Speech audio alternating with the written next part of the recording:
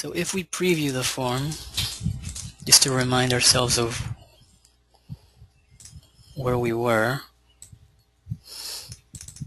we have the name of the current user, department, email address, and then the manager information.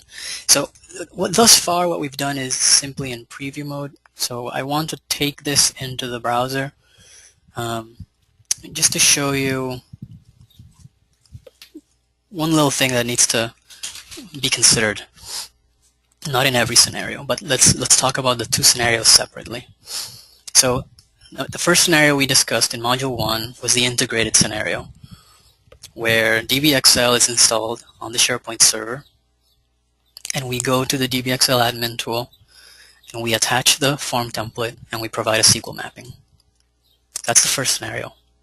It's the integrated scenario. So in that scenario, all we would need to do at this point is go to DAT and attach this form and save. And we don't have to do anything else. I obviously haven't been following that path. I've been following the event receiver path. You'll remember here from this form title. So we've been following the event receiver path, which was covered in Module 2. For the event receiver path, it's not as easy as just publishing the form out. And the reason for that is, just to come back again to the lovely diagram that we've seen a few times already. The reason is that we have a server hop. The form is getting opened in server A, which is the SharePoint server, but it's having to connect to this DBXL server to use the web service, to use the Active Directory web service. So this hop, if you'll remember Module 2, we handled this hop through the through an SSO application ID. So let's go there and remind ourselves of what that was.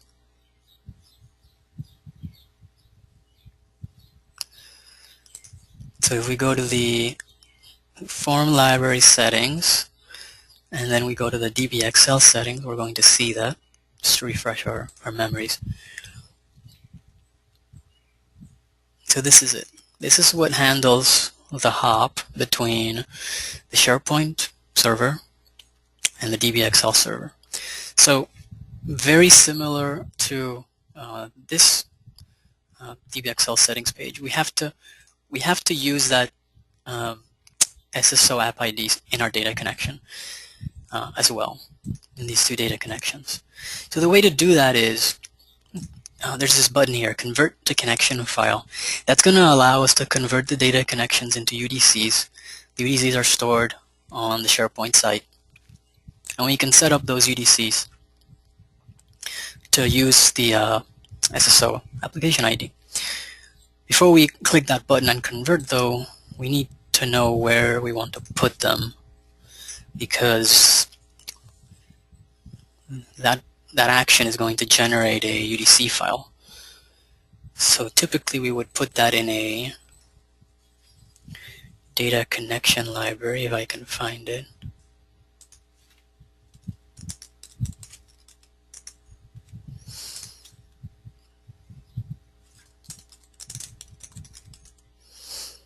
Okay. So now we have a data connection library that we can use for this. Okay, there it goes. So there it is, data connections. This is a place where we can store our UDC files. So if we go back to the form, we can click Convert to Connection File. And in general, you're going to want to do this for any data connection that goes out to the Qdabra web service. So for example, this one is a SharePoint library submit. You don't have to convert this one. You can leave this one the way it is. But anything that goes out to the Qdabra web service, you're going to have to convert, otherwise you're going to get an error. So we get to provide a name here. Let's call it get user info.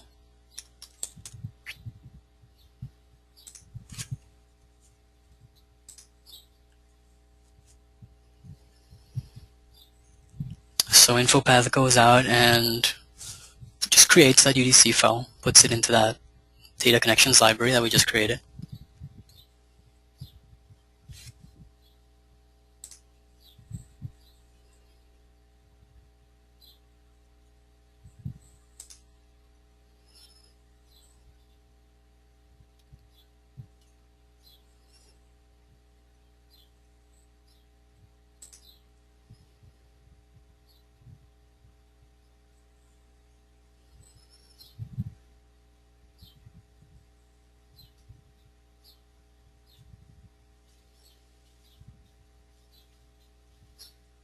Okay, so you see here that it changed to data connection file, and it has the information right here. If we go to the data connections library now, we have that data connection file. Okay, let's do that for the other data connection as well, since we're at it. This one was called Get Manager Alias.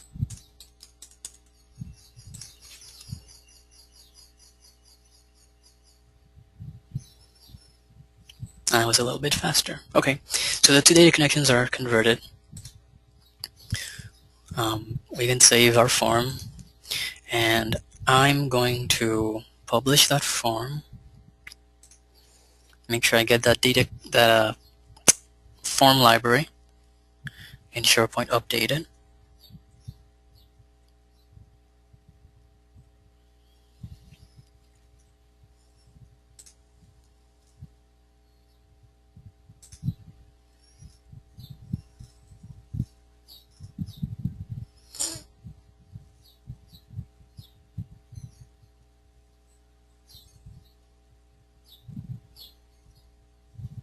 Okay.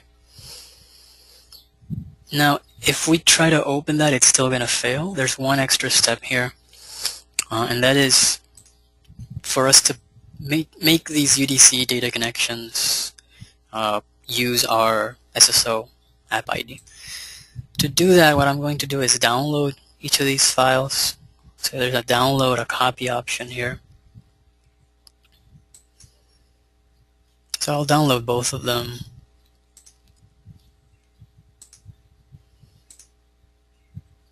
And I'm going to bring those up in a text editor. Notepad is usually fine.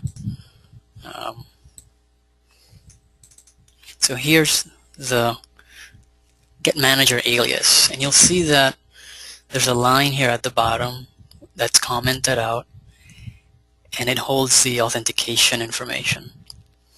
So all we have to do is change this one line so that it uses the SSO application ID. So I'm going to replace that line, and I'm going to make sure to enter my app ID right here. So that's it. I don't need to change anything else on this file. I'm going to save it, and I'm going to open the other one, get user info, and just replace that very same line.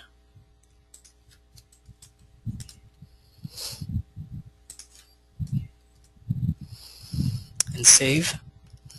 So now that those are saved, I can just, they're saved locally, so I have to upload them. So I'm just going to drop them in here and upload them and replace them. Okay, and that's it. So let me try the form. If I did everything correctly, then this is going to work.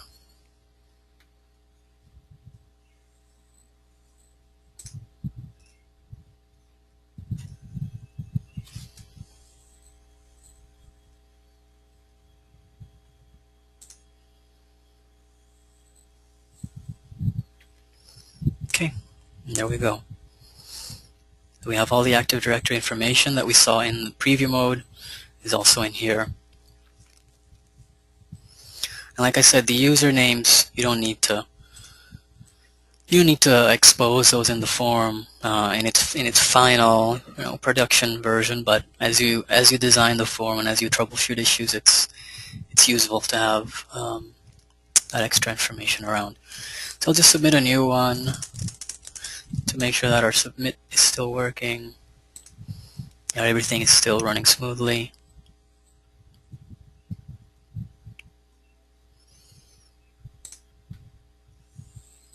There's my new form right here, and I'll open up the DBXL admin tool.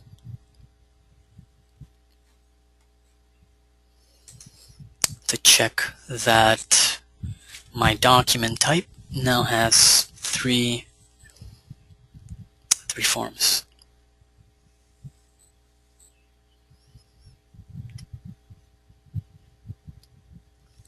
It has two.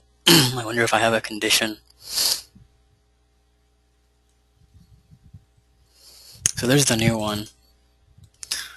What that tells me is that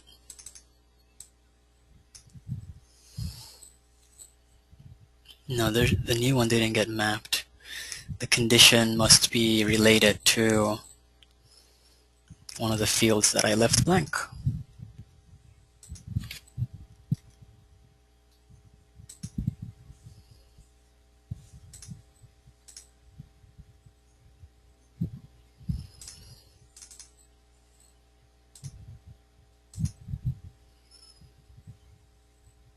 Okay, there we go. So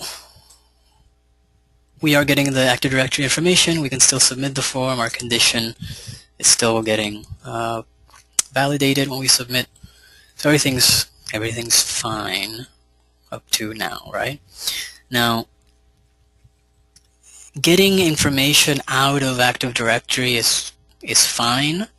It's the most common use of the Active Directory web service, right? But what you do with that information is what really makes the web service powerful.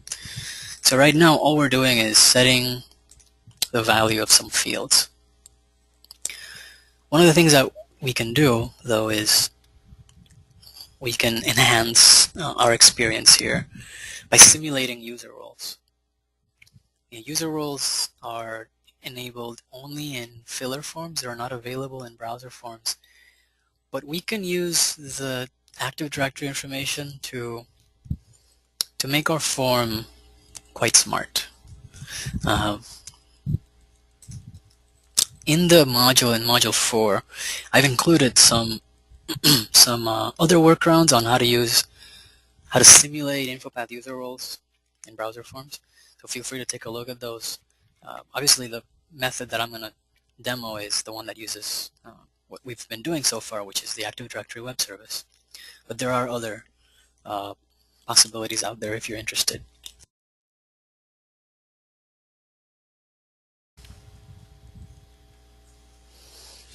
Our goal is going to be to control what a user sees and what a user can do in the form. So we need to know who the user is. We need to know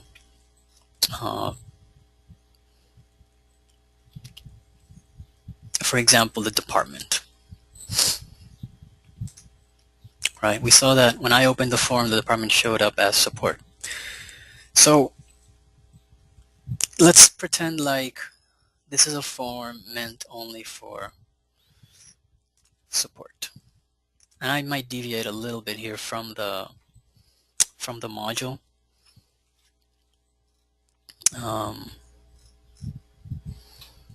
Let's see.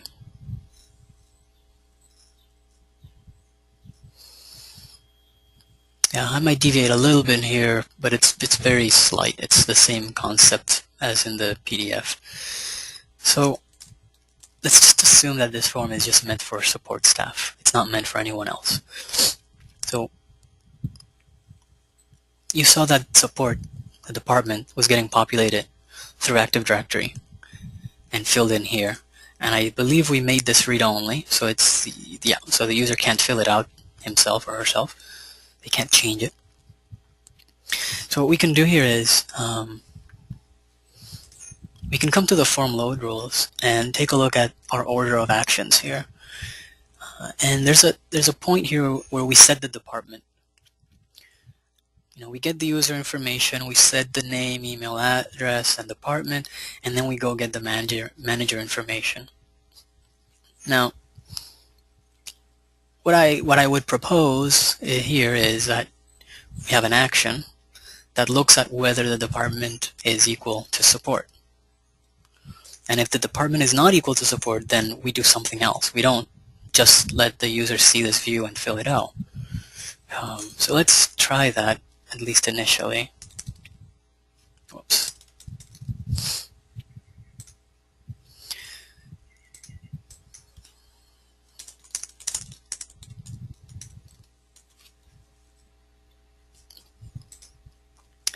And the action that I'm going to use here is switch views. Now the only other view I have is this debug view, so maybe the first thing I should do here is just create a view, call it unauthorized, and we'll just call it like you are not authorized to use this form. So simple, straightforward. You can make this more complex if you needed to. One thing that I do want to point out is when we open this form in the browser, we get this ribbon in the top, which allows people to print preview. There's just some actions here that maybe we don't want to allow.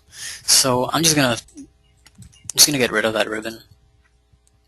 I'm gonna give my users buttons in the view to do what they need, like the submit button. So they don't really need any of this other stuff. There are a lot of settings here that can be just turned off, but the main one is this one right here, show info path commands and ribbon. So that's turned off. They're not going to get the ribbon.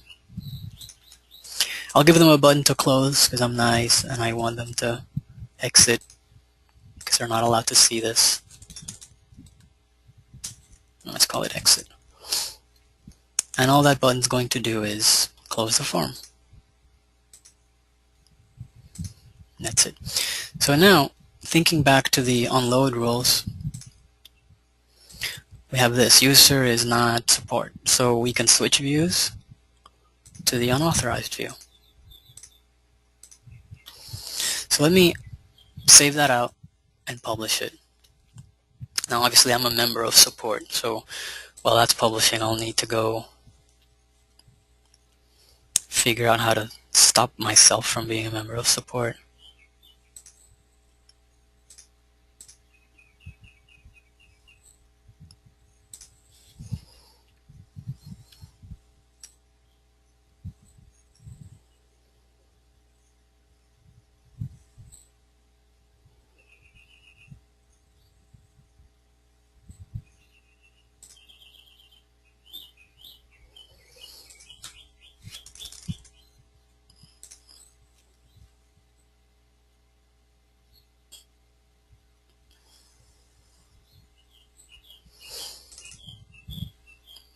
Sorry, just getting there.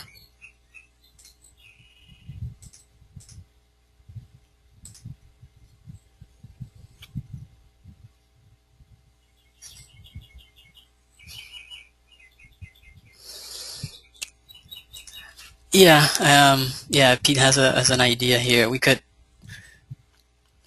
test with the opposite of the condition, for example,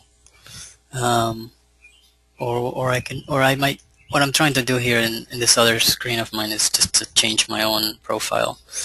I don't know if that's going to work right now, but I'll try it. Anyway, the form is open. The form is published. Let me launch that form.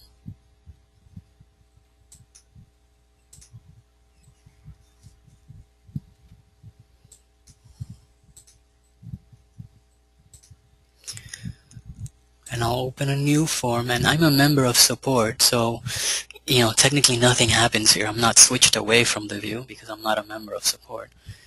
But let's make that change real quick.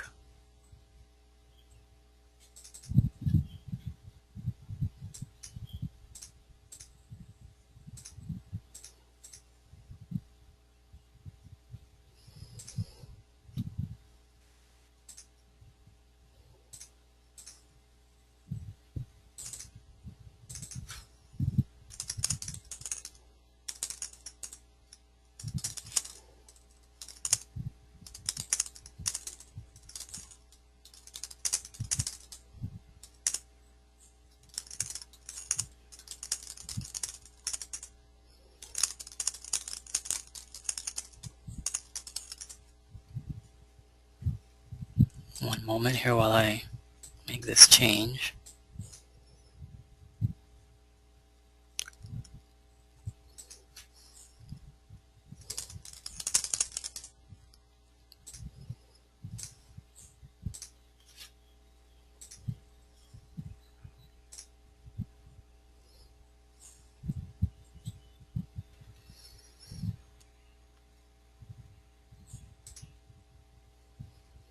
What I'm going to do is I'm going to do this in the browser, but I'm also going to do it in preview just to show you the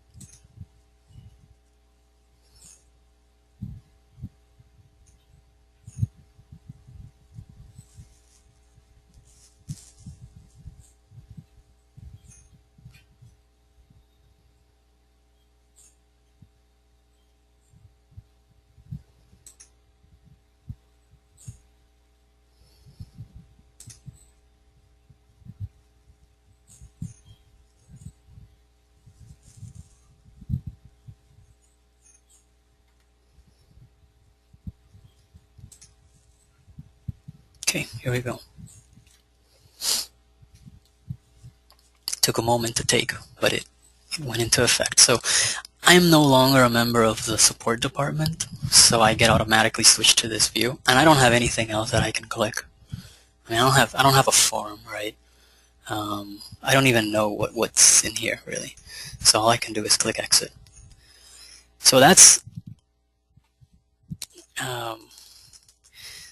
one option for how to simulate InfoPath roles, right? You just look at something in your Active Directory values. In this case, we chose the department, but you could choose anything else. You could do it according to the manager. You could do it if you have some sort of geographical key in your Active Directory, like country or region. You could use that. So you could really take advantage of that to switch the user from one view to the next. So what I'm going to do now is I'm going to change this, because now my department is training. So let me try that now.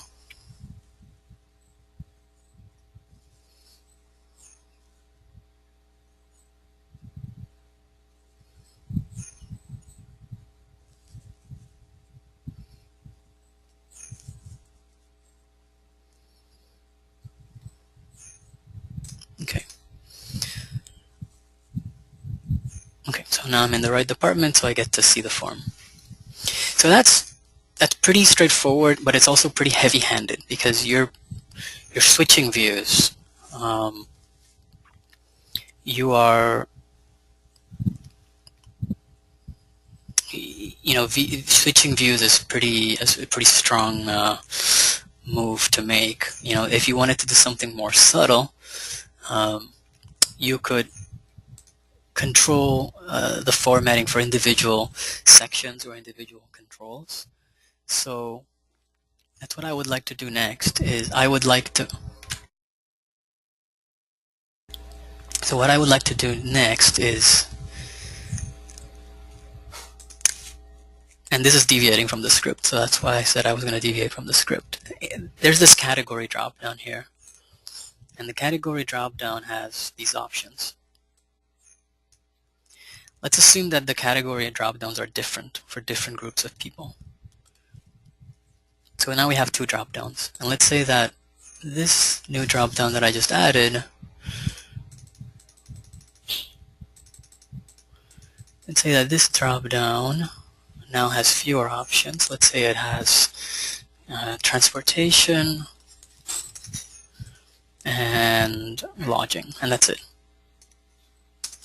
There are no other options. So we have the two drop-downs. They're bound to the same field. And we need to only show one drop-down to people. So we're going to create a formatting rule. And we're going to hide this drop-down if department is training.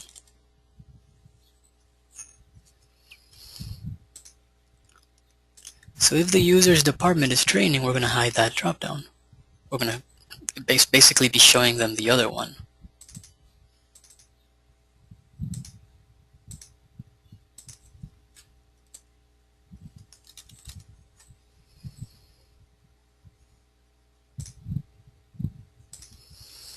And then we have to do the opposite for the other drop-down. So I'm just going to copy this rule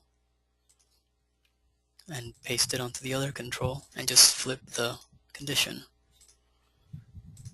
So the department is not equal to training.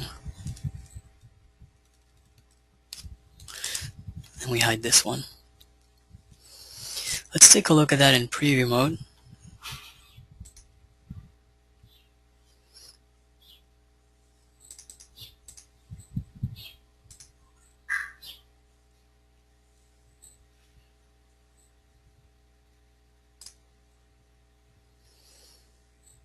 So I am training, so I have transportation and lodging.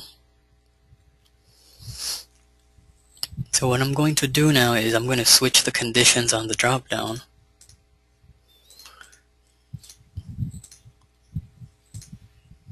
I'm not switching the descriptions, but I am switching the conditions here, just to show you that the other drop-down will now show. So you're basically saying, you know, if you're a member of one group, department, you have some options here, and if you're a member of a different department, then you have some other options. So in the first example, we switched views, which is pretty drastic measure to take, but it's necessary and useful sometimes. And this is more fine-grained, you know. The view is a axe, and this example here is a scalpel, right? We're just we're carving out just a tiny little bit of the form for a different set of users. So hopefully that makes sense. You know, how we can take advantage of the Active Directory web service and simulate the user roles option, which is disabled for InfoPath browser forms.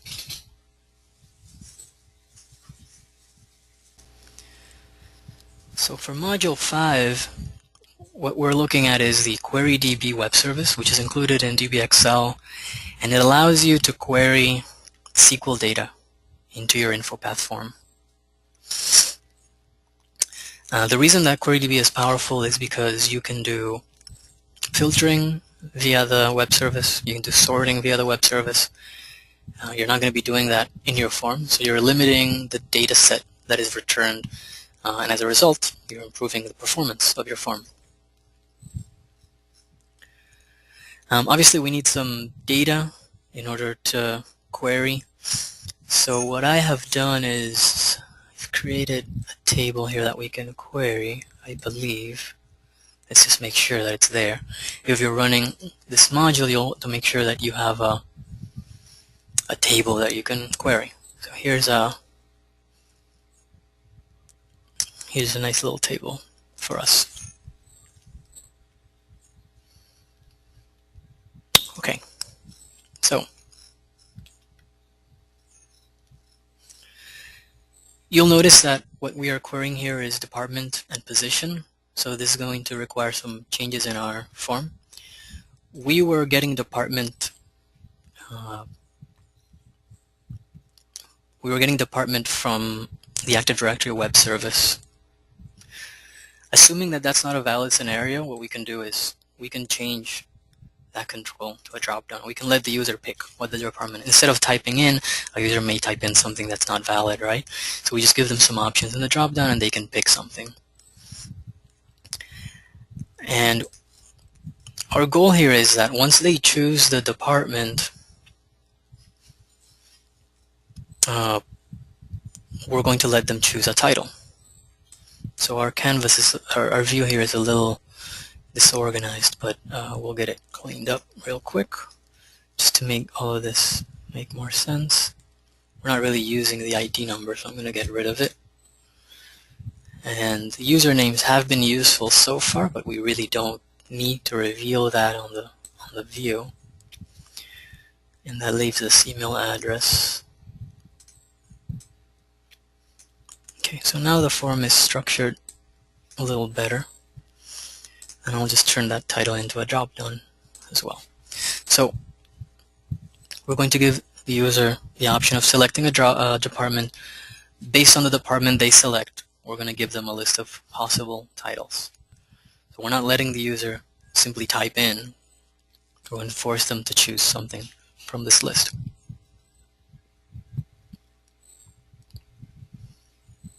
Let me save the form right now, and we can go ahead and start creating our data connection to the QueryDB web service. But what we're going to run into is that the QueryDB web service takes a parameter called query.xml. And we need to know that ahead of time. We can't get to that screen and then just type it in. So we have to go through sort of a prerequisite process here to get that query built, to understand what it is that we want to return, how we want to filter it, how we want to sort it, etc. So I'm going to abandon the form just for a moment because we need to build that query first. And in order to build that query,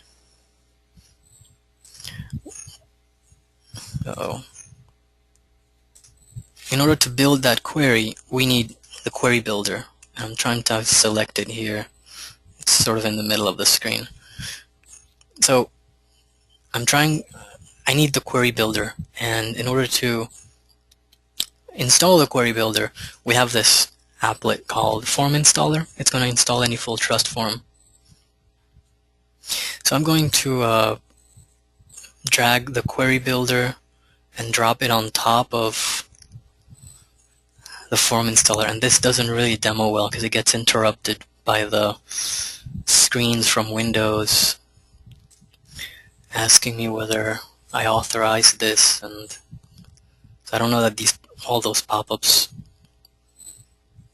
really showed. Let me try that again. Yeah, I think the hiding goes away, but basically once you authorize this,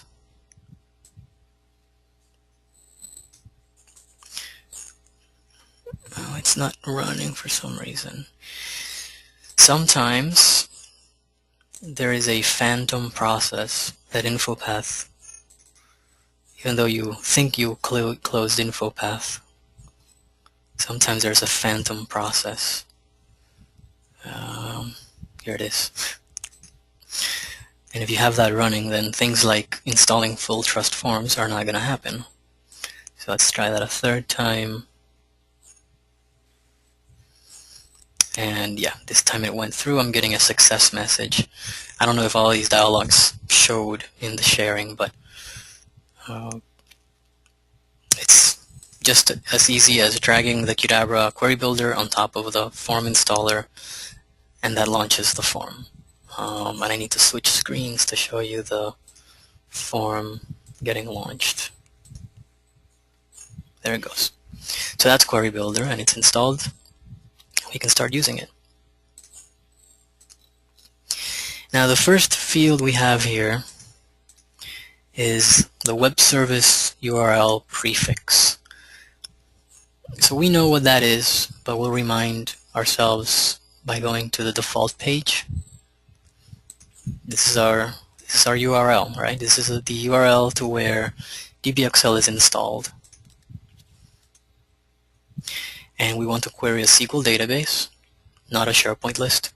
There's a second web service called Query SharePoint. So Query Builder is also going to allow you to build those queries. In general, if you're running the event receiver scenario, using Query SharePoint is going to be a bit of a challenge because you're basically hopping from the SharePoint server to the DBXL web service on a second server, and the DBXL web service is trying to query data from the SharePoint server. So in that scenario, perhaps makes more sense to use a out-of-the-box data connection. I'm not sure, but the option is there, and I guess it can be explored if we needed to. But QueryDB is definitely more interesting. So we have a space here where we can attach the form template. We technically don't need to do that right now. The reason is there are two types of queries that you can run with QueryDB. One is a static query, and the other one's a dynamic query. So what does that mean? The static query means that every time you open the form, you have the same data. For example, the department dropdown that we were talking about.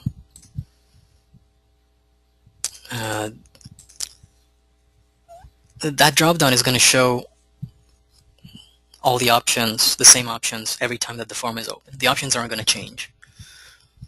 However, the title dropdown is dynamic because it's going to depend on whatever the user selected for department.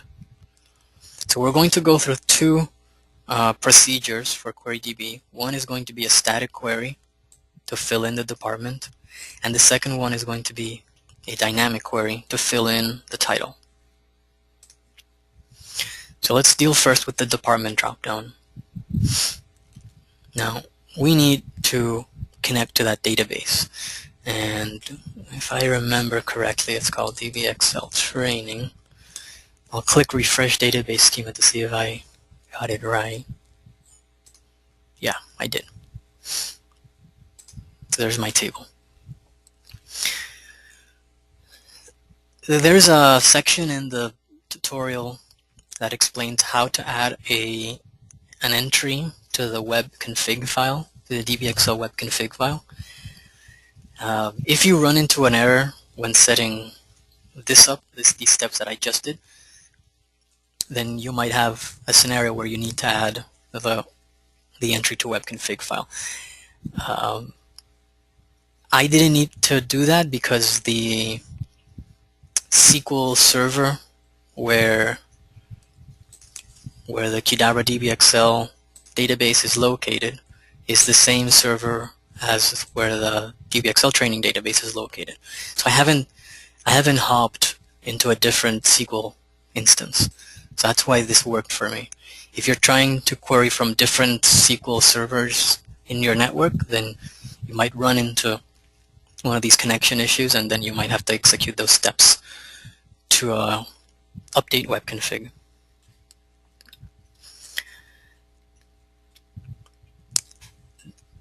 So right now we have these three sections coming up: query columns, query filter, query sort. The power of QueryDB is that you can control the information that comes back into your form.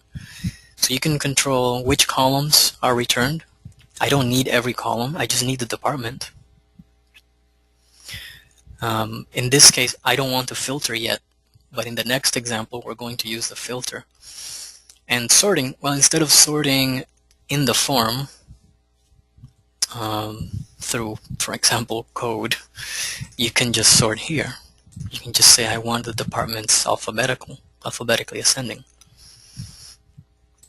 So that right there is the simplest possible query that we can run with QueryDB, right? We're just querying a table, getting one column, and sorting that, and that's it. There's a button here called Build Now. This is going to populate these query strings at the bottom. And what I'm going to do is I'm going to copy them out. And the reason is InfoPath doesn't like it when you have two windows and dialogues open. So I'm just going to copy these two queries out, and then minimize that and return to our InfoPath form. And now we can actually create our data connection because we now have those query strings that Query Builder just generated for us. So just like we've done before, it's a receive data connection that receives data from a web service. And what is the web service? Well, we have it right here. It's QueryDB.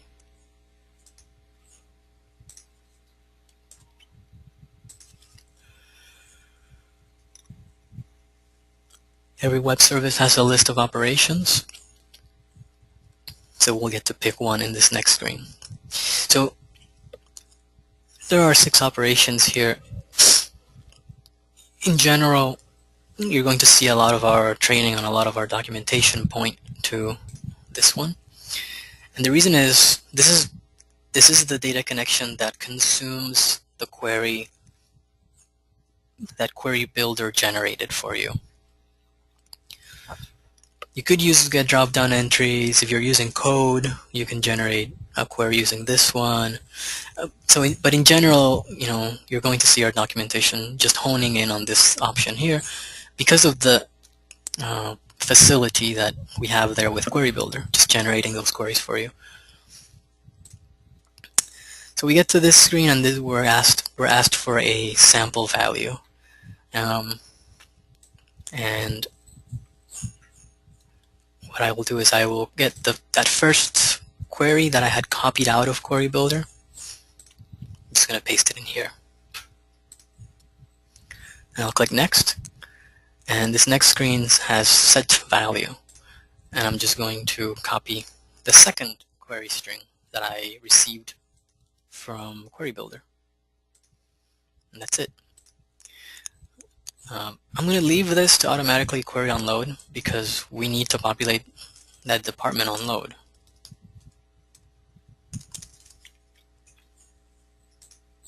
Okay, so we have our department's data connection. What we need next is just to hook up the dropdown so that it uses the data that is getting returned. So we just say get choices from an external data source, get department, and we can expand here, and we're going to find that department hidden in here, right there. And to be safe, we can check show entries with unique display names, so we don't get 2 departments that have the same name. And I'll just preview that and make sure it's working.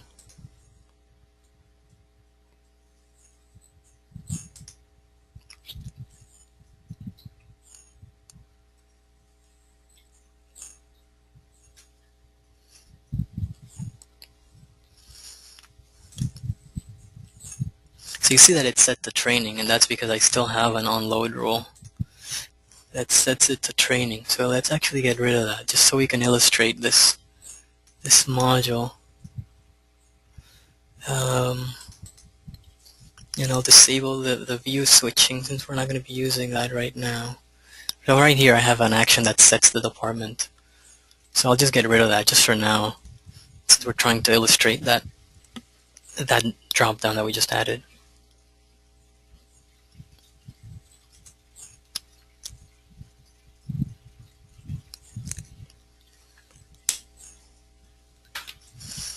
Okay, so there you see the drop-down is blank. And I have my options. And those options, accounting, administration, sales, and support, are coming from this column. So this is what's called a static query, because your drop-down, your department drop-down, is always going to show whatever options are available in your SQL table. Now you can change your SQL table. Nothing stops you from modifying this.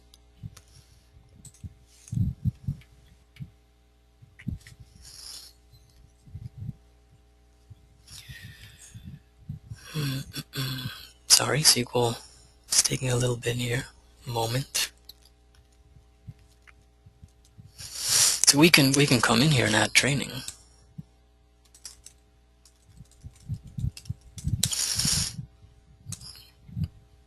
So now our SQL table has that extra option. So if we preview that form again,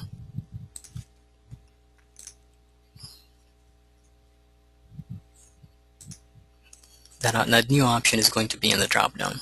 So the drop-down is merely a reflection of what's available in SQL.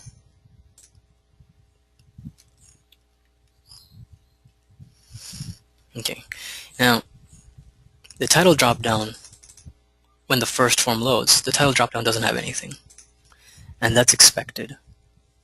So we can take a preventive step here and just disable it if the department is blank, because that's going to force users to pick a department first.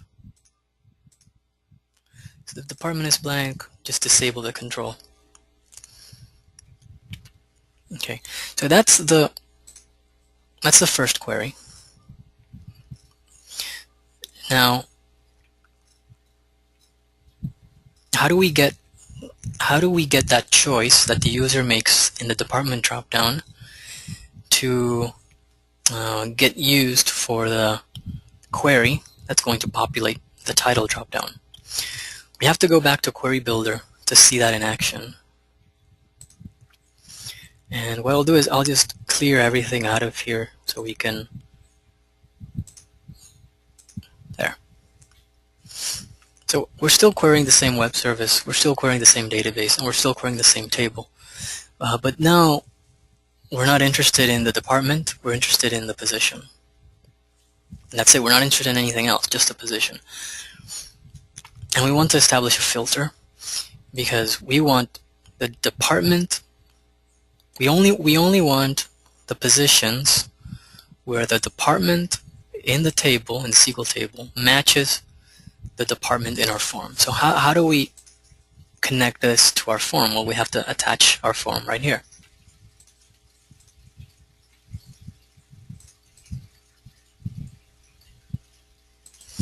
Once we attach the form, this task pane on the right is going to allow us to interact with the fields, just like we did when we created a SharePoint, a database mapping, sorry.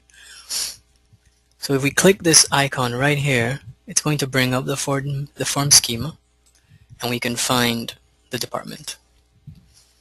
So what this filter is doing is it's comparing the department that has been selected in the form to the departments that are available in the SQL table, and it's returning the positions. And again, we can sort by position just to make it a little cleaner. And just like last time, we are not going to be able to switch back to Query Builder once we get into the data connection wizard. So copy out the first one, and you'll notice that the first one and the second one are the same, and that's true because the third one, if you look at it, it's this concat statement that is actually not going to get used in the data connection wizard, it's going to get used in the rules. So we'll get to that right now. We're going to create our new data connection. We're still receiving data, we're still getting it from a web service, and our web service is QueryDB right here.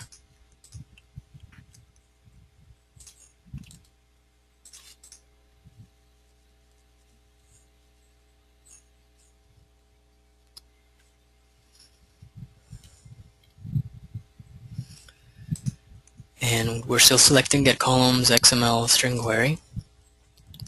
And here's our first screen for the query XML. And just like last time, we copied it from Query Builder. So what we have to do is paste it here.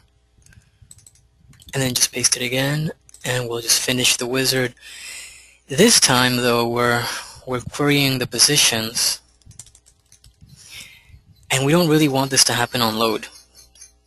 And the reason is, we want the user to select a department before we give them position options. So that's why we have to do this through rules. And the rules would go on the department dropdown. We would basically say when the department is not blank. So this, whoops, I clicked cancel. So what this means is the department is not blank. It means the user has made a selection in the department dropdown. Then we can execute some actions here. And the obvious action is to query to get the positions. So that part is obvious, but we have to use that concat statement that Query Builder generated for us. And what we will be doing is setting our query XML through this rule. So here's our get position data connection, and here is the query XML. This is the same query XML node that we were setting through the data connection wizard. We're resetting its value through the rule. And then we just have to come here and paste the concat statement that query builder gave us. And I'll just move that up so that it happens before the data connection executes. So that's it for our rules. What we need next is to hook up the title dropdown into the results of that data connection, just like we did for the department dropdown. And that's it. We're basically telling InfoPath to use the results of this data connection get position as the options for a dropdown. So now if I query, title and position are both blank when the form opens, but I can't do anything with position. It's going to be a disabled dropdown. Can't do anything here. I am forced to pick a department. Once I pick a department, the title dropdown becomes enabled, and I have my options here. So let's say we try support instead. Let's say we try training. Well, training only has one option right now. Here's accounting. So let's expand the example.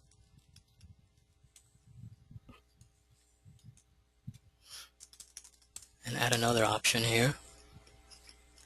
So if I select training now, that option's right there.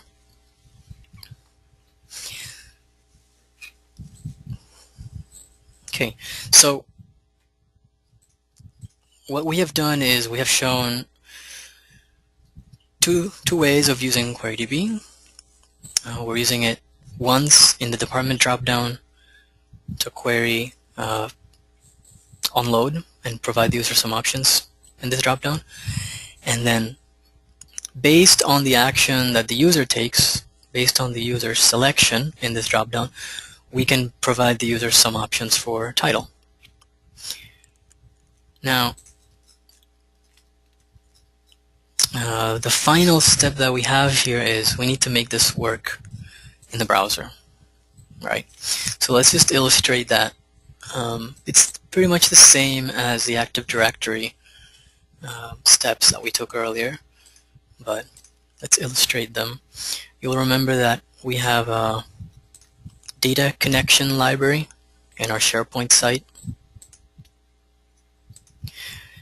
and we can come to our data and data connections and convert our data connections into UDCs.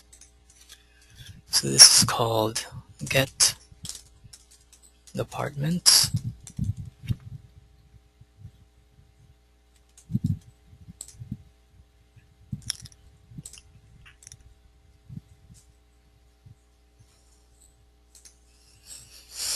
So we'll let InfoPath convert this. And then we have position that we also need to convert.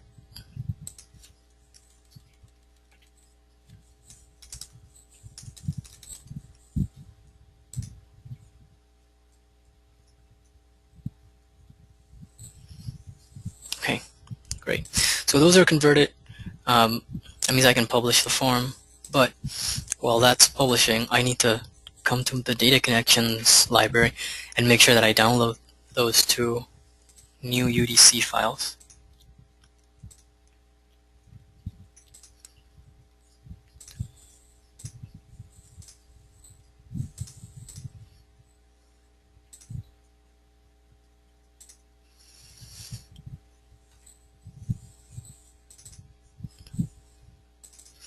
Once they are downloaded, I can take a look at this right here, which you will remember we changed when we were working with the Active Directory web service data connection.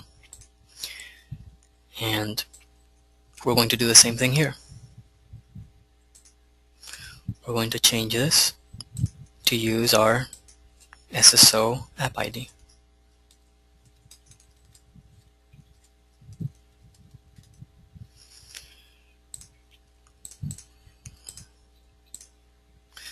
here's the second UDC file. We'll do the same thing here and save that. So now that my two UDC files have been updated, I can upload them, and this is going to overwrite them. And that's it. We're done. Our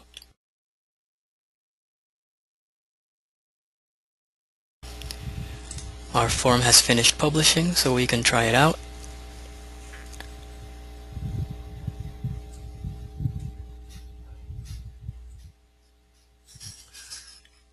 Here's our department dropdown, and here are our positions. So let's just try that again. Try a different department, just to show you that it's pretty quick. It's there's no sort of delay here in the query. It's pretty fast, and that's really the goal of QueryDB. Is if you had a table here that was hundreds or thousands of rows long, but you have them divided into departments, for example, you can use this method to, maybe your first drop-down department has 20 options, and then your second drop-down has 5 options per each department. So that makes 100 different options, right? If you try to show a drop-down with 100 options, that's probably not very user-friendly to have to scroll through 100 options in the drop-down. So this ends module 5, QueryDB module. So this is module 6 of Qdabra's DBXL training. This module is going to talk about using Report Builder, and we're going to use Query Document Node Set. Now, in modules 4 and 5, we talked about the Active Directory web service, and we talked about the QueryDB web service. In both of them, the idea was that we would query data from somewhere outside of the form and bring that data into the form. So in one case it was from Active Directory, and in the other case it was from some SQL table that we had available. So that's fine. What happens if you want to query data from the form itself? So you want to query data from previous submissions of the same form. That's really what this module is going to look at. Is let's forget about mapping into the SQL database. Let's forget about querying from the SQL database or querying from Active Directory. Can the form query from its own data? And that's what we aim to discuss in this module. The first thing we need to do is to install Report Builder. Report Builder is a form similar to Query Builder. So the first thing I need to do is close all these info path windows, and I need to see if I can switch my screen and just show you here that I'm going to take Report Builder and just drop it on top of Form Installer. And this will go through some dialogues here just to install Report Builder on my computer.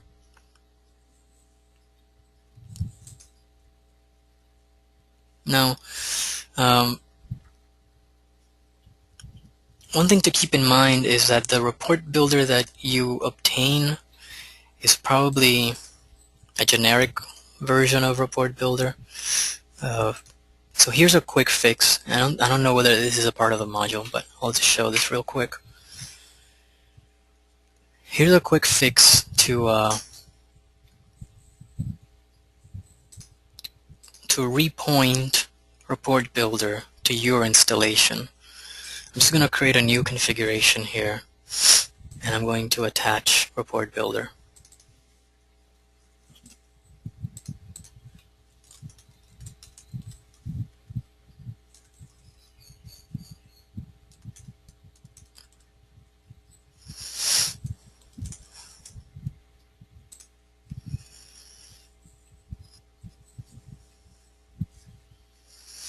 Anytime you save a form to the DBXL administration tool, DBXL recognizes the data connections that are in the form, data connections that connect to Qdabra web service, and tries to fix those up automatically. If they are pointing to my machine or if they're pointing to one of our servers, DBXL DAT goes through and fixes those data connections so that they point to your server. So that's what this is doing right now. It's taking all the data connections in Query Builder, in the Report Builder, I'm sorry, and fixing them up.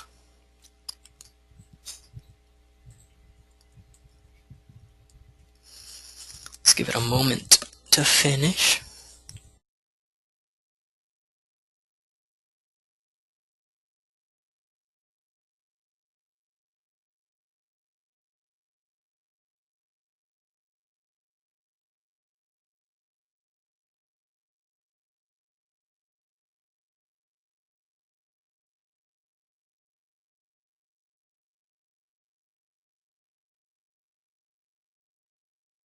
Okay. Once that's saved, you can just come here and click Save As and download that file to your local drive. So now that copy of Report Builder that you just downloaded, that copy is quote unquote fixed up. It's been associated to your installation of DBXL. And I think I missed a step. Let me see what happened here.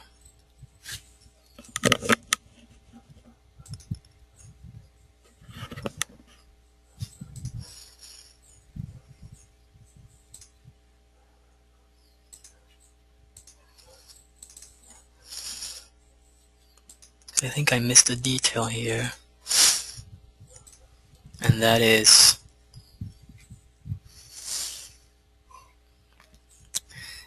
that this is a URN-based form, so I forgot to check that checkbox. So let me do that again. I'll just reattach that.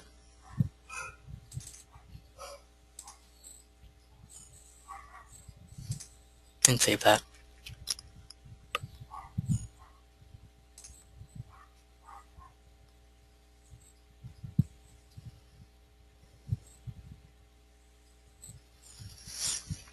If we don't check the checkbox, InfoPath adds a publish URL, and then we won't be able to install that form using form installer.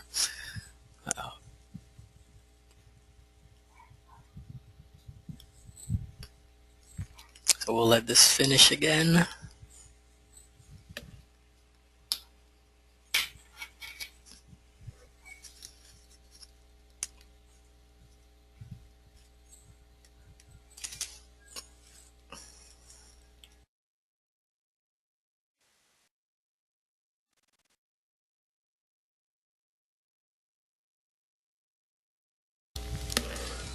Okay. So I'll download that again. I'll save it to my desktop, and I'll just I'll use that form for the tutorial.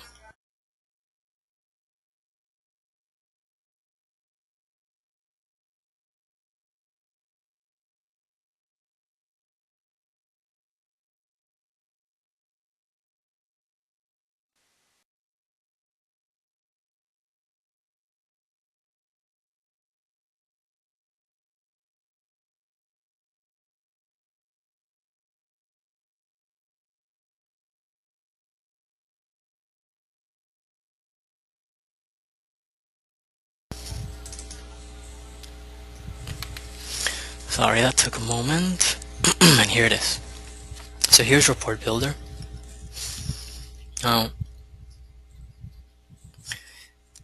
that's the file that you downloaded from the DBXL admin tool. You can just double click that to open it. Or, let me show you the other way of doing this. You can go to the InfoPath filler and look for the installed forms. And it's going to have Query Builder because we installed that earlier today, and here's Report Builder, so you can fill out that form. So there are a couple of ways of opening the form. Now, this is going to look similar to Query Builder. You see that the first thing we have to provide is a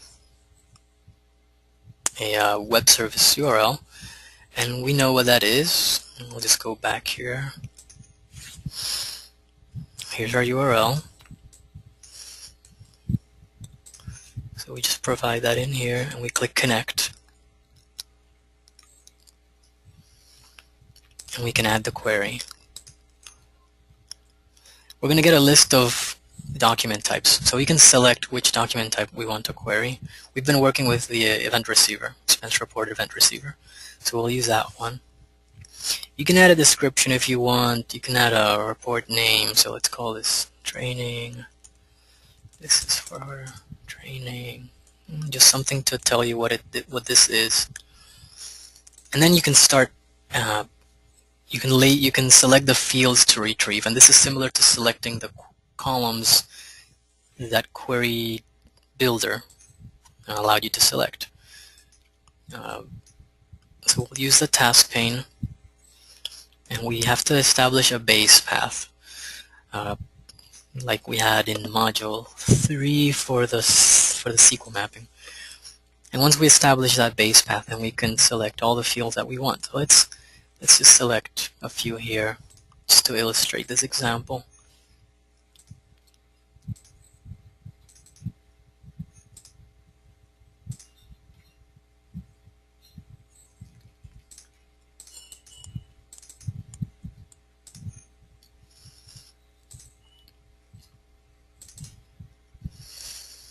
Okay, so we have a couple of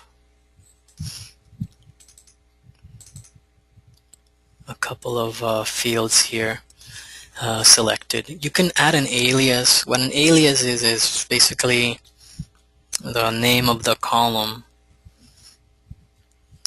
once we export to Excel.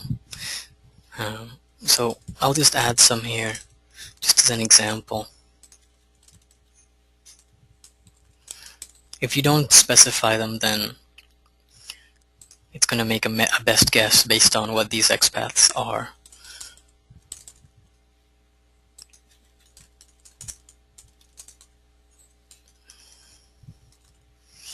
And then purpose. So we have some aliases here. We can filter and we can sort, but let's go through this basic example first. You'll see that there's a query XML at the bottom, very similar to obtaining a query XML from Query Builder for use in QueryDB, just like in the previous module. But let's perform this query as it is, fairly simple. Let's make sure we're getting data. So if you expand right here, you'll see that we get our data back. And there's a button here called Export All Queries to Excel, which is going to generate an Excel spreadsheet with that same data. Let me see if I can get these on the same screen. There. So it's the same data, but we've exported it to Excel. Now, where is this data coming from? This data is not coming from our SQL mapping. If you'll recall, we had set up a SQL table right here called expense reports, and we were mapping data into this table using DBXL. We had these extra columns like created by and employee email. This is not our source for the data. Our data is coming directly from DBXL, from DAT. So what Report Builder is doing is it's going into the data that's in DBXL. It's not looking at anything in SharePoint. It's not looking at anything in SQL. It's just looking at the data that's made it into DBXL. and it's generating a report based on that data. If I wanted to, I could save these changes, save my report for another day, and I will find that report if I come back into the DBXL admin tool.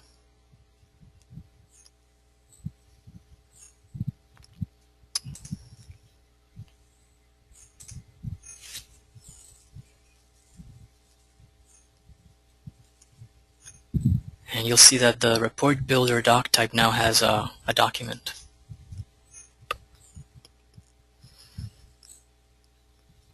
And that's the report that was just built that I called training.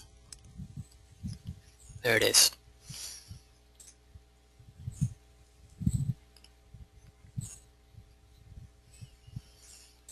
So DBXL saves that report for me. I can come back. I can open that report, make changes, rerun the query, export to Excel again if I wanted to. This gives you another alternative to reporting. If you are mapping your data into SQL, then you are probably doing that for some sort of reporting purpose. But if you needed to obtain a report, a different type of report, you don't have the ability to create SQL tables, or you can't get the SQL mapping done, you can quickly come to Report Builder and generate a query like this one and generate an Excel spreadsheet.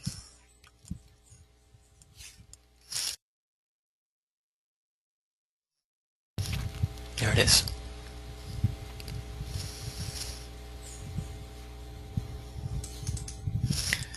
Now, what I would like to do is I would like to edit this query and make it a little bit more meaningful by looking into the items.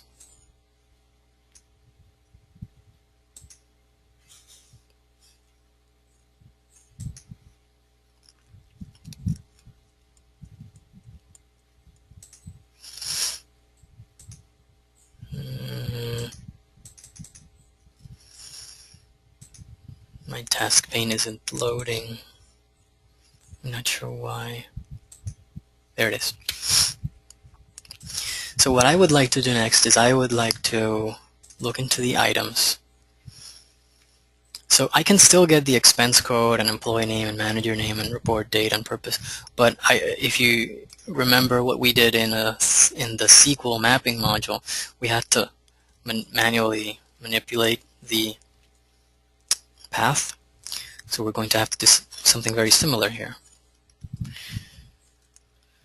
So I'll just add those to all of these, and I'll make sure that everything is still working, but I want to add just one of the item fields. Let's just add the amount, just to make sure that everything's working so far with those manual changes. And it is right here. So let's finish making our changes here. Let's say that we need the amount, and we need the date, and we need the category. It should be good.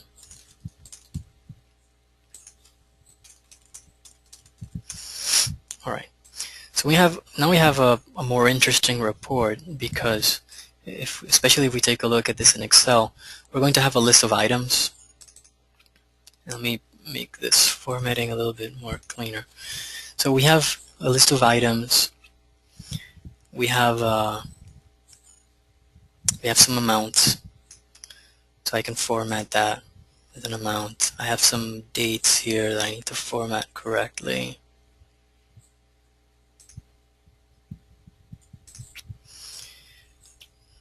And everything's associated with an expense code, an employee name, a manager name, etc.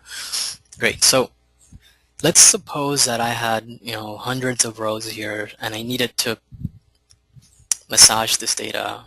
I needed to create a pivot table, for example. So let me find that, and generate a pivot table. And let's say the pivot table is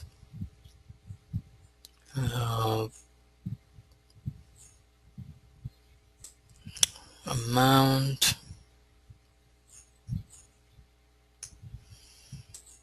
per item date.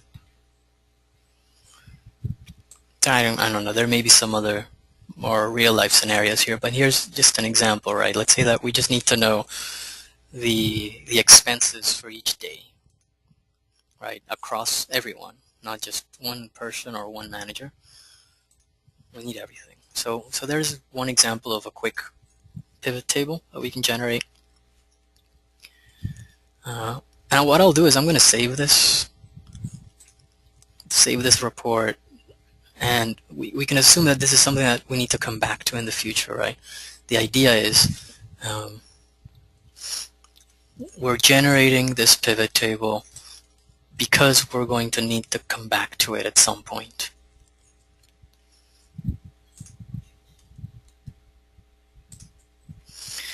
And I'll close that. And what I will do is I will come back to my form in the browser, and I will make some changes. Let's say to this one that doesn't have a category and doesn't have a date.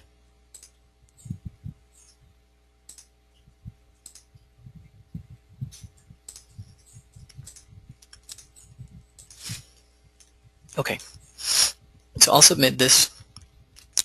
The obvious consequence of this is that the Excel spreadsheet that I saved is now out of date, it's not valid anymore. So what we can do is, if we come back to Report Builder, we can click Query All.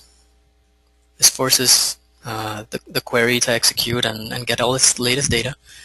And we can come to this option here called Specify Export Workbook. And we know that we have that existing, this existing spreadsheet that we had saved.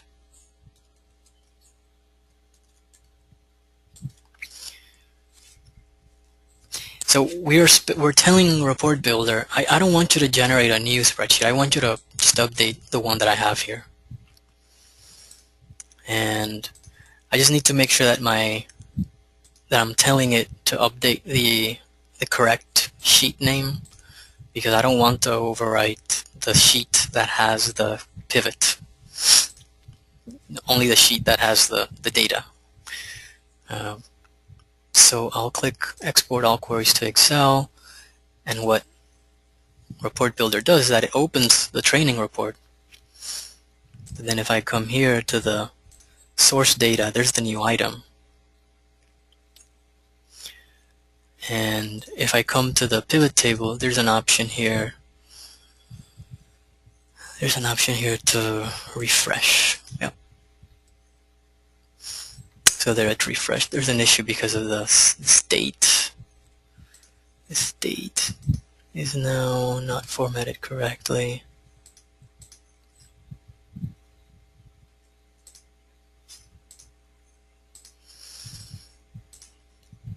So let me just get those formattings under control, and I'll refresh. That's still 41,670.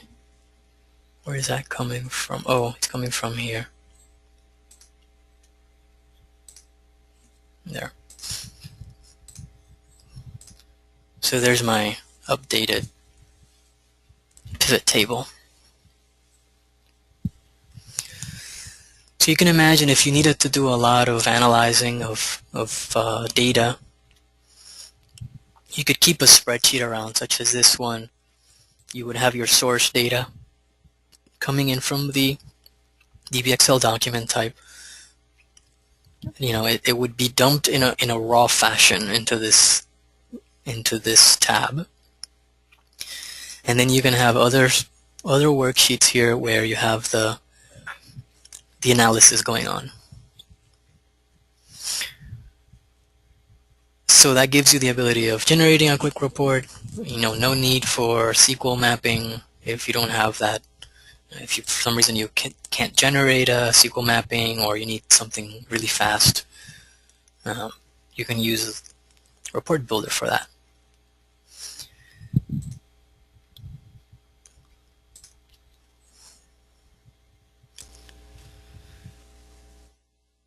So Report Builder can be used to generate these Excel reports ad hoc.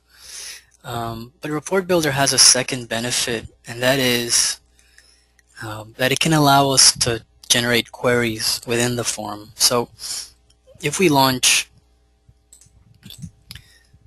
the Report Builder and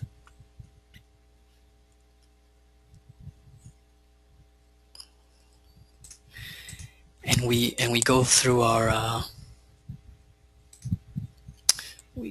filling out the fields like we had before.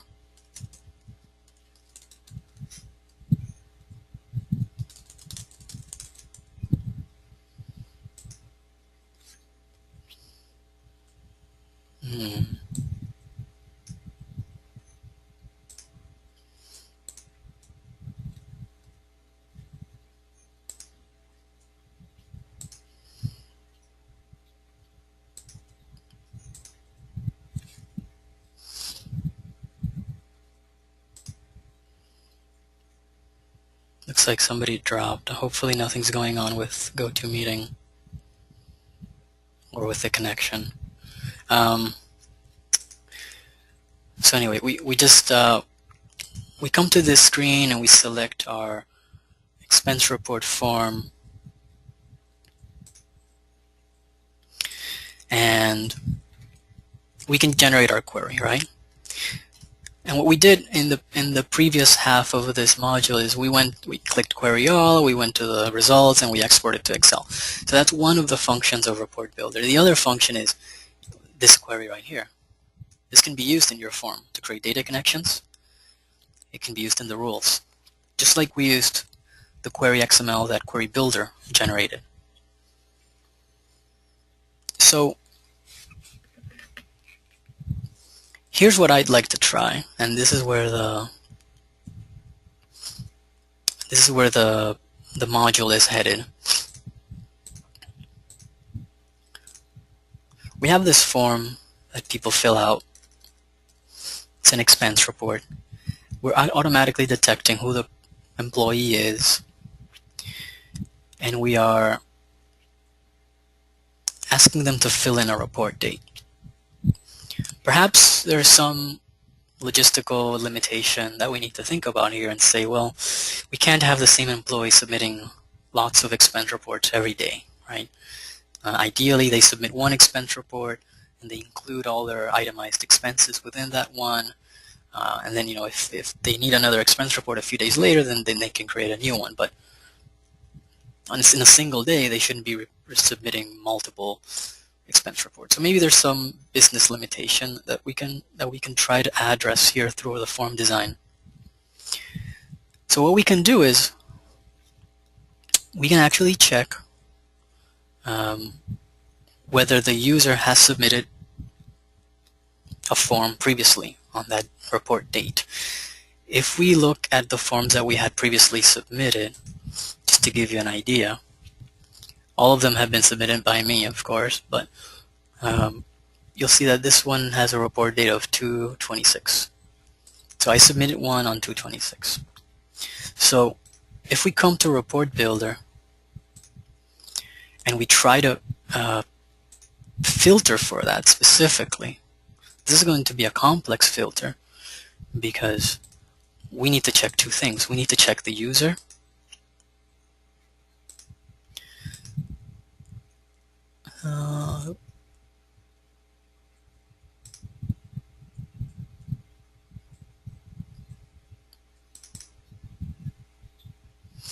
and we need to check the report date. So what we're doing is we're checking that, has this person submitted a report date on 2014 to 26. And let's say that we need to query some fields. Obviously, we need to return some data here. So let's just pick the expense code. Seems good enough. So let's perform that query and let's see what we get back. So that query reveals that yes, there's an expense code 1234 that this user has submitted on that date already. So the report builder helps us to see that, but if we can take this XML and create some form logic with it, we can make the form very smart. We can have the form check dynamically whether the user has already submitted an expense report on that date. So that's precisely what we're going to try to do now. What I'll do here is I'll copy this XML query and I'm going to paste it out here. I'm going to paste 2 copies because we're going to do some manipulation, so I want to keep the original one here just for reference. So let me manipulate this a little bit. If we remember back to the QueryDB data connection, remember that we set a field's value and we had this long concat statement, right? So how can we use that knowledge from the QueryDB procedure here? So it's pretty obvious that we'll need a concat statement up front, and we need to put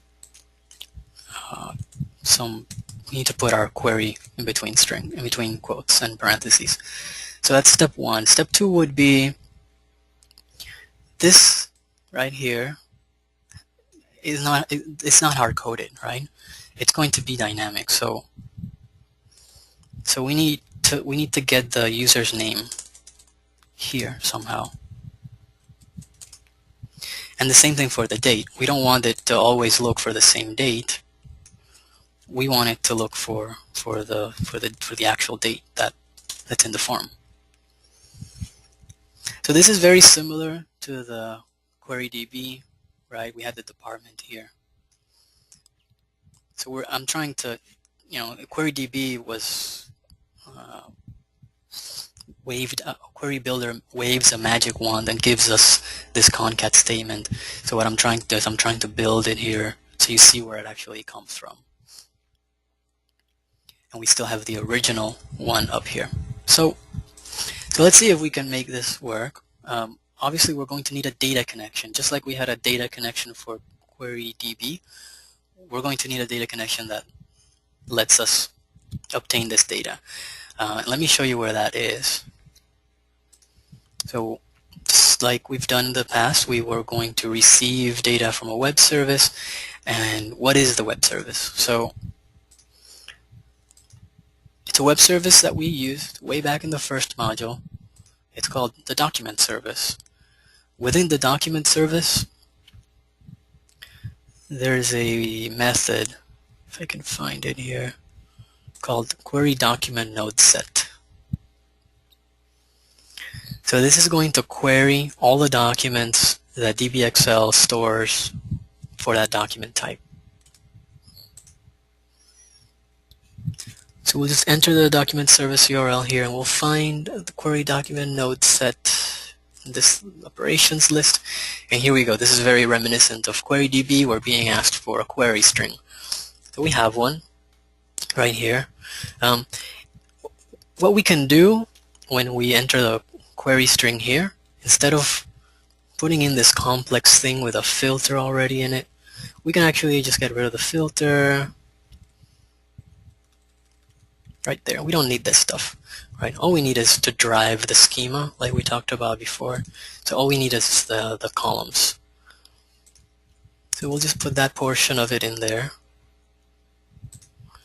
And InfoPath asks us twice for that. And we're not going to let this query on load execute when the form opens, because when the form opens, we still don't have the employee information filled out. So we need those rules on form load to have some logical order. So we'll just uncheck that, and I will call this check previous submissions.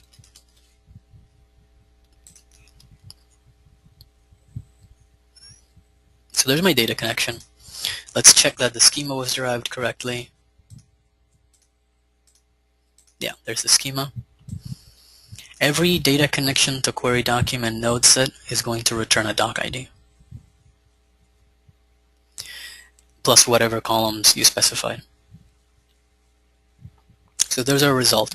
Now, when do we actually call this data connection? We have to go to the form load rules and think about this.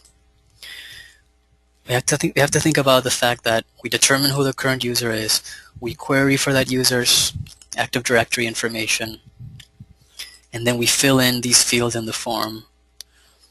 Then we get some of the manager information, but this doesn't interfere with what we want to do at this moment. So let's say action, and let's check for previous submissions.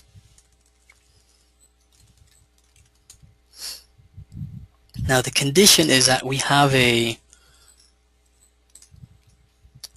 employee name. If we don't have an employee name, we can't go anywhere with this. So let's say that it's not blank. And once we have that, then we can query that that new data connection that we just created, query previous submissions. But like I said, this is very reminiscent of the query DB scenario where we need to set that query XML, we need to set that filter ahead of time, ahead of executing the data connection. So there it is, there's our query string, and we had it in a notepad right here, concat blah blah blah blah blah. So we tried to mimic the query DB concat using the result from report builder. Now if we verify formula, we're going to have an error. And the reason is we have this thing here that I typed in username. That's not really valid. We need to actually tell InfoPath what field to use. So it's going to use that. And the same thing here for date. Date isn't valid. We need to actually pick the field. So that should work now. Formula doesn't contain any errors, but we need to make sure that this happens before the query. So we're setting the query, and then we query. And let's just check that this is working so far. I'm going to make this canvas a little bit ugly momentarily, but it's just to show that it's working so far. So if I preview the form,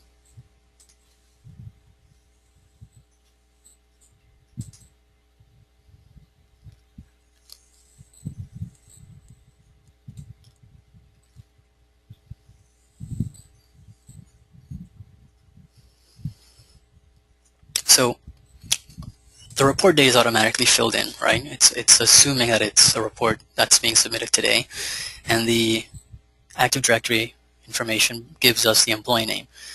And then this query document notes that data connection tells us there is already an expense code called 1234. You know, the doc ID is 224, and that this expense code is for the same report date and name, employee name combination. So this is pretty powerful information. You know, the web service is doing its job here of checking whether there's already an existing record for that user on that day. And now it's up to us to make adjustments in the form to have this make sense, to make the user experience a little better. So obviously this table isn't going to help us because it's ugly, so I'll remove it. It was just to show that it was there. So there are a couple of things we need to think about as we try to make this user-friendly, as we try to think about the user experience. There are really two scenarios here. Number one is the form is new. And the second scenario is that the form already exists. We're reopening a form that has already been submitted. So whenever we need to track things like this, we typically create something like this. This is like we can think of this like a helper file, a helper secondary data source. We want to keep track of whether the form is new. We want to keep track whether the form exists, whether the form has been previously submitted, right? Whether the form has been, maybe exists isn't this the best word. Let's say, no, we'll just call it exists. But basically this means that the user has submitted an expense report on that same date. So we are calling this form options. It's a secondary data source that's going to help us in keeping track of these things.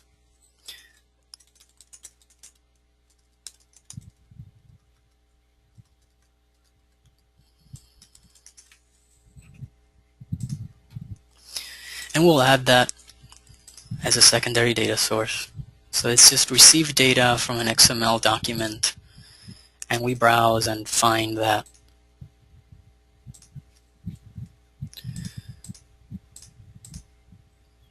form options.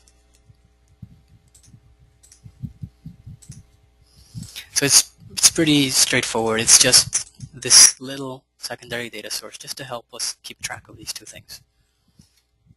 So the first thing we can think of is, well, when the form gets submitted,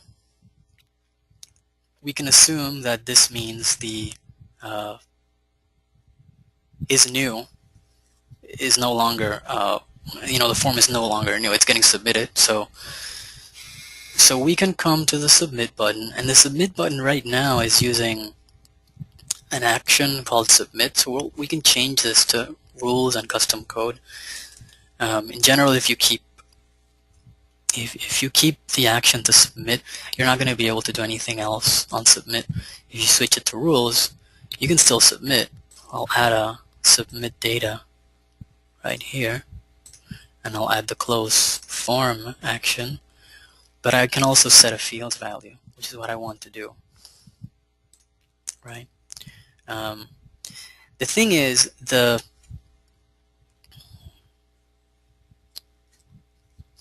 secondary data sources are lost when we submit. So we're going to set this to 1. We're going to say, this is no longer a new form. But as soon as the form is closed, which happens to be in the next action, then that information is lost. So this is fine. This is an action that is good to include if your form is getting submitted and it doesn't get closed. So if this doesn't happen after submission, then it's good to have this action right here. But in general, most forms are submitted and closed.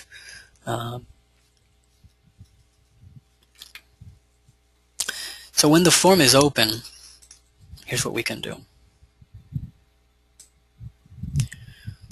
We have to try to determine whether the form is new and whether the form exists, whether that previous data already exists. We can start off with the assumption that the form is new.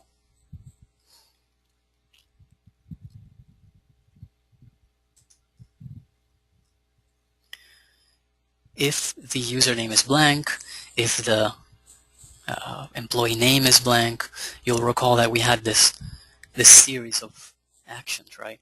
If the username is blank, we set the username, and then once we have the username, we can go query for that user's information.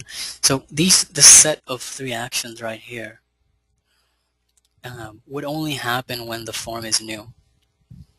So we can piggyback on our existing roles and just say, well, if the username is blank, then, oh, I created an action, and I'm sorry. I needed to create a, right here.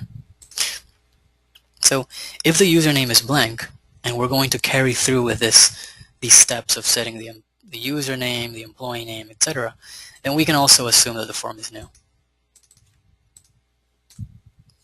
After all, if we're opening a form that has previously been submitted, it already has an employee, it already has a manager. So that's the first bit of logic that we need here.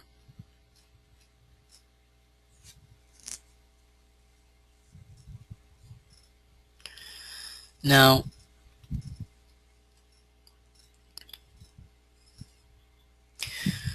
we're going to have to make the user experience comfortable. So let's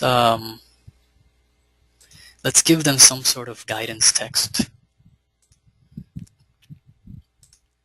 And we can do that through a calculated value. And we'll just make this some text that says an expense report already exists for this combination of employee name and report date. So it just tells the user what's going on, gives them a little bit of a warning. And what we know right off the bat is that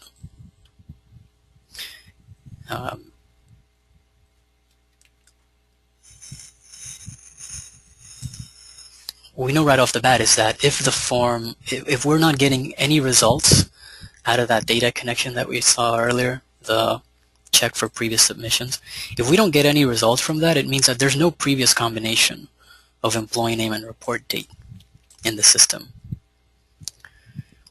So we either have two paths here.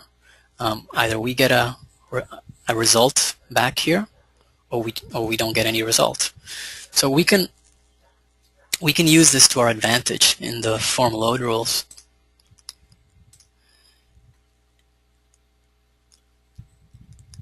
Right after we check for previous submissions. This is when we have to decide whether the form is new or whether the form exists.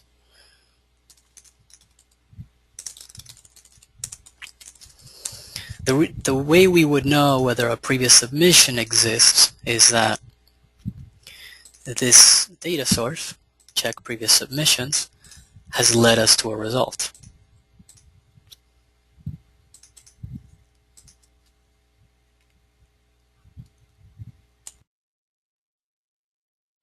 So in this case, we can use isPresent. Doc ID is present. If no results are returned, then there's no doc ID there. So if the data connection returned a doc ID, then we know that the form, that this combination already exists in the system. So we can start setting some of these flags like exists. We'll just set that to 1. We'll say, yep, that exists. Now, we're pivoting on this field, right, exists. And we can hide this expression box that we just added based on that field. So we go to that form option, secondary data source, and we say exists is not equal to 1. Then we're going to hide this control. So the only way that this field called exists becomes 1 is if the data connection returns a result. If the data connection doesn't return a result, then we're going to hide that. So let's see if that's working so far. We know that we're going to get the warning because that combination exists already in the system. That's what we saw a few minutes ago. So there I have that warning. Now,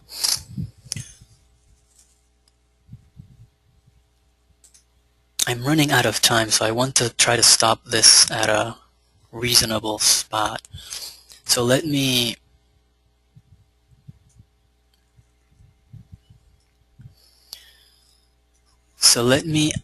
do the following.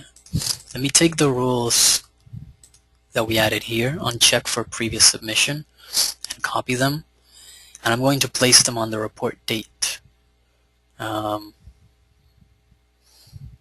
If I can.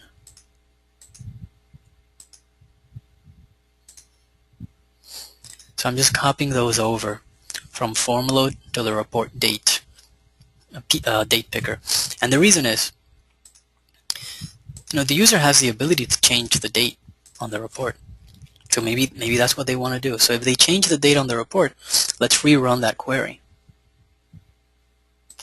And let me make sure that query is still intact. Yep, it's still intact. Now after we ran that query, we were checking whether the previous submission existed, so I'll bring that rule as well. So if doc ID is present. Now, since we are allowing the user to change the report date, that allows the system to check one more time. Before we go through all of that again, we need to reset back to our starting point. And our starting point was just that exists is equal to 0. We don't want to start off with an incorrect assumption. So we're going to let the user pick there. We're going to reset that back to 0, and then we'll go check again. And if it turns out that there's still a report date, then we'll set it again to 1. So let me demo this, and I think this will be a good moment to stop, and we'll continue tomorrow. But what I'm going to do here is when the form loads, it's going to find that a form already exists for me on 226. And I think if I choose 225, it's also, nope, didn't find one. Let's see. Let's check my submissions from yesterday.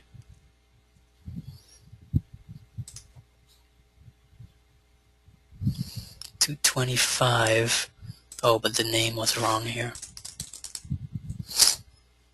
So these aren't really valid forms because these were submitted before all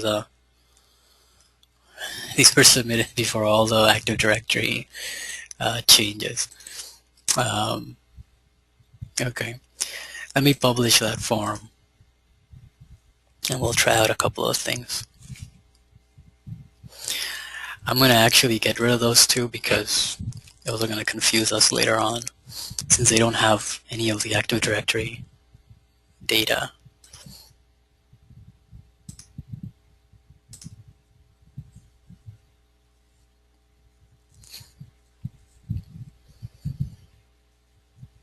Let me let this finish. Okay, so now that it's finished, we're going to see this. We're going to see this fail in the browser because we'll have to convert to UDC. Yeah. All right. Well, we'll show it in preview today, and we'll work on it in the browser tomorrow. But the point is, if I change the report date to 225, I'm allowed to continue. I'm allowed to proceed because I haven't submitted an expense report for that date. But if I try to submit an expense report for 226, I get that message. Now, the form can be made smarter. You can hide the submit button, for example.